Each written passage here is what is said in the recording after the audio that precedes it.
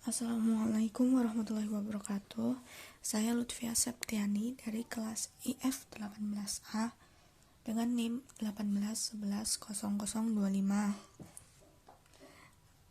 Di sini saya akan menjelaskan tentang Boolean Model Information Retrieval atau BIMR untuk menjawab soal nomor 4 pada UAS temu balik informasi. Boolean Model Information Retrieval atau BIMR ini adalah suatu teknik temu balik informasi yang cukup sederhana.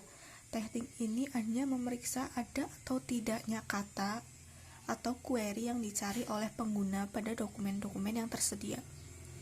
BIMR tidak melakukan perhitungan pembobotan kata sama sekali, sehingga di dalamnya sangat minim operasi matematika kompleks. Konsep dasar BIMR. BIMR ini memiliki dua inputan. Yang pertama yaitu query pencarian headline kasus. Inputan ini biasanya dimasukkan oleh pengguna atau user. Nah, yang kedua yaitu dokumen-dokumen headline kasus yang masuk ke dalam mesin BIMR, kemudian menghasilkan outputan list dokumen kasus yang sesuai query. Dokumen-dokumen tersebut masih bersifat mentah dan belum bisa dimengerti oleh mesin, maka dari itu akan diolah kembali. Proses BIMR. BIMR ini melakukan dua proses. Yang pertama yaitu pra-pengolahan dokumen. Pra-pengolahan dokumen ini akan melalui 7 langkah pra-pengolahan teks, yaitu case folding, numbers removal, punctuation removal, white space removal, tokenization, stopword removal, dan stemming.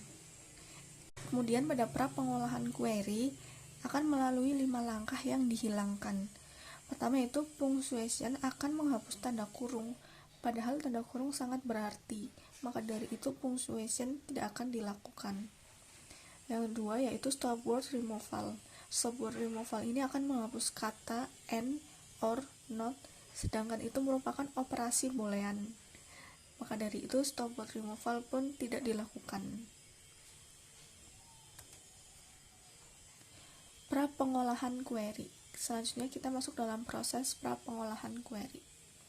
Pada pra-pengolahan query ini mendapat masukan amikom or siswa akan masuk ke dalam pra-pengolahan query yang menghasilkan amikom, or, siswa. Kemudian ini akan masuk ke dalam infix to postfix. Fungsi ini untuk mengubah inputan menjadi bentuk postfix, di mana operator berada setelah operan. Nah, dari amikom or siswa ini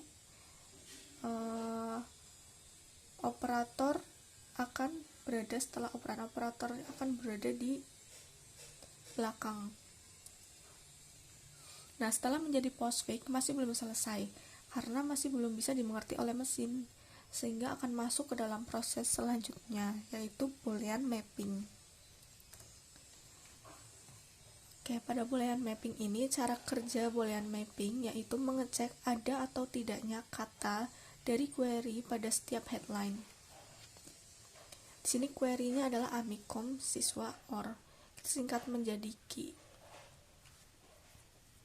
Nah, inilah headline-headline yang ada. Kemudian kita cek apakah ada kata pada headline ini, apakah ada query yang berada pada headline. Nah, kemudian pada proses pada mapping ini kita cek siswa amikom belajar online. Siswa apakah ada di query? Ya, ada. Maka hasilnya true. Kemudian amikom apakah ada dalam query? Ya, ada. Maka hasilnya true. Kemudian or ini operasi boolean, maka biarkan saja. Kemudian pada headline pertama, apakah ada kata amikom pada headline? Tidak ada, maka false. Kemudian apakah ada kata siswa pada headline pertama?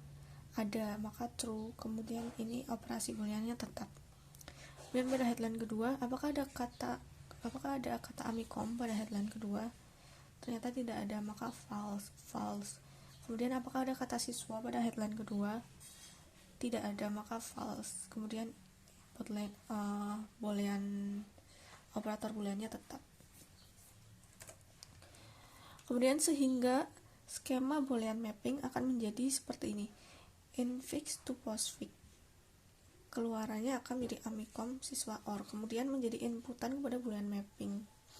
Pra pengolahan dokumen yaitu headline yang telah diolah akan masuk ke boolean mapping juga yang menghasilkan seperti ini. Headline 0 true or, headline 1 false true or, kemudian headline 2 false or. Oke, selanjutnya adalah evaluasi boolean, bertujuan untuk menghasilkan outputan true atau false pada boolean mapping. Hanya satu outputan saja yang keluar, itu true atau false. Stepnya, jika yang ditemui operator boolean, maka catat indeks posisinya. Jika operator not, maka cukup lihat satu nilai sebelah kirinya. Jika selain not, maka lihat dua nilai di sebelah kirinya. Nah, ini merupakan headline yang telah diproses pada boolean mapping. Maka headline 0, out query-nya yaitu true or. Kita lihat, jika yang ditemui operator boolean, maka catat indeks posisinya. Ini bukan merupakan operator boolean, maka biarkan saja.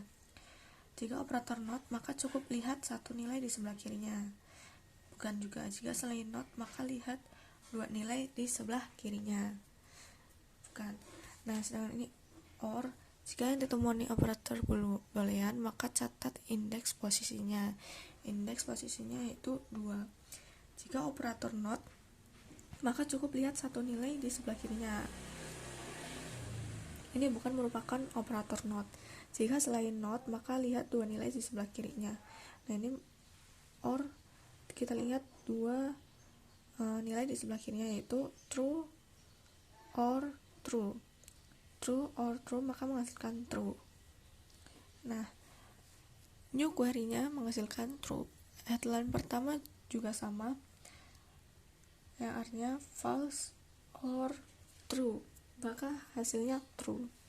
Kemudian headline kedua yaitu false or, itu false or false, maka hasilnya false.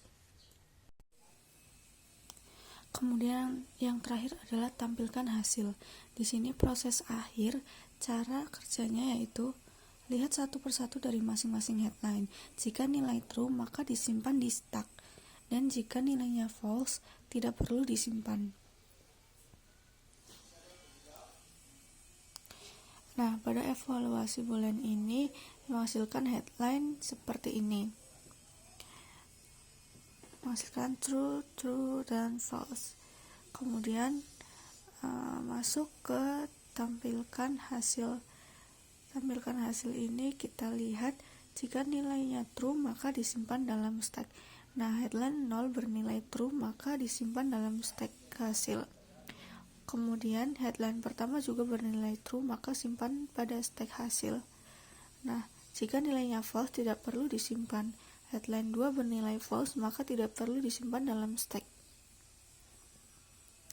Maka hasil akhirnya adalah headline 0 dan headline 1. Seperti itu cara kerja boolean model information retrieval atau BMIR. Terima kasih. Jika ada salah kata mohon maaf. Sekian yang bisa saya sampaikan. Wassalamualaikum warahmatullahi wabarakatuh.